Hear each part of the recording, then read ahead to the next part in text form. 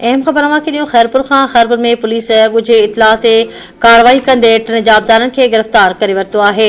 Police जो चवणु आहे त जाबदारनि वटां गैर मयारी खाजरो तेल सां भरियल वैन हथ कई वई आहे। पुलिस मूजिब गिरफ़्तार थियलनि में एजाज़ अली, अनवर अली ऐं मोहम्मद मिठल शामिल आहिनि। पुलिस जो चवणु आहे त जाबदारनि जी वैन मां गैर मयारी खाजरो तेल सां भरियल 53 गैलन हथ आया आहिनि।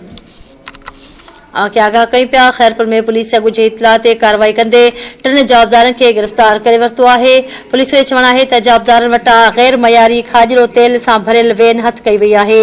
पुलिस मूजिब गिरफ़्तार थियलनि में एजाज़ अली, अनवर अली ऐं मोहम्मद मिठल शामिल आहिनि। पुलिस जो चवणु आहे त जाबदारनि जी वैन मां गैर मयारी खाजरो तेल सां भरियल 53 गैलन हथ आया आहिनि।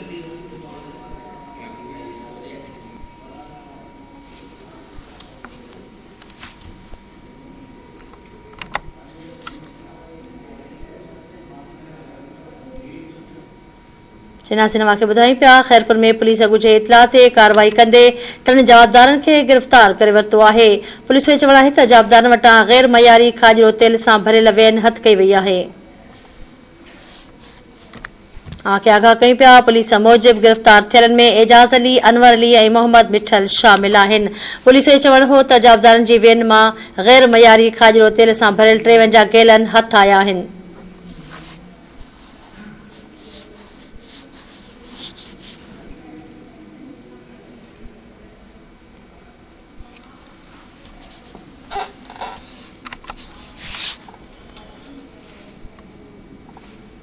आगाह कई पिया खैरपुर में पुलिस ॻुझे इतला ते कार्रवाई कंदे 3 जाबदारनि खे गिरफ़्तार करे वरितो आहे।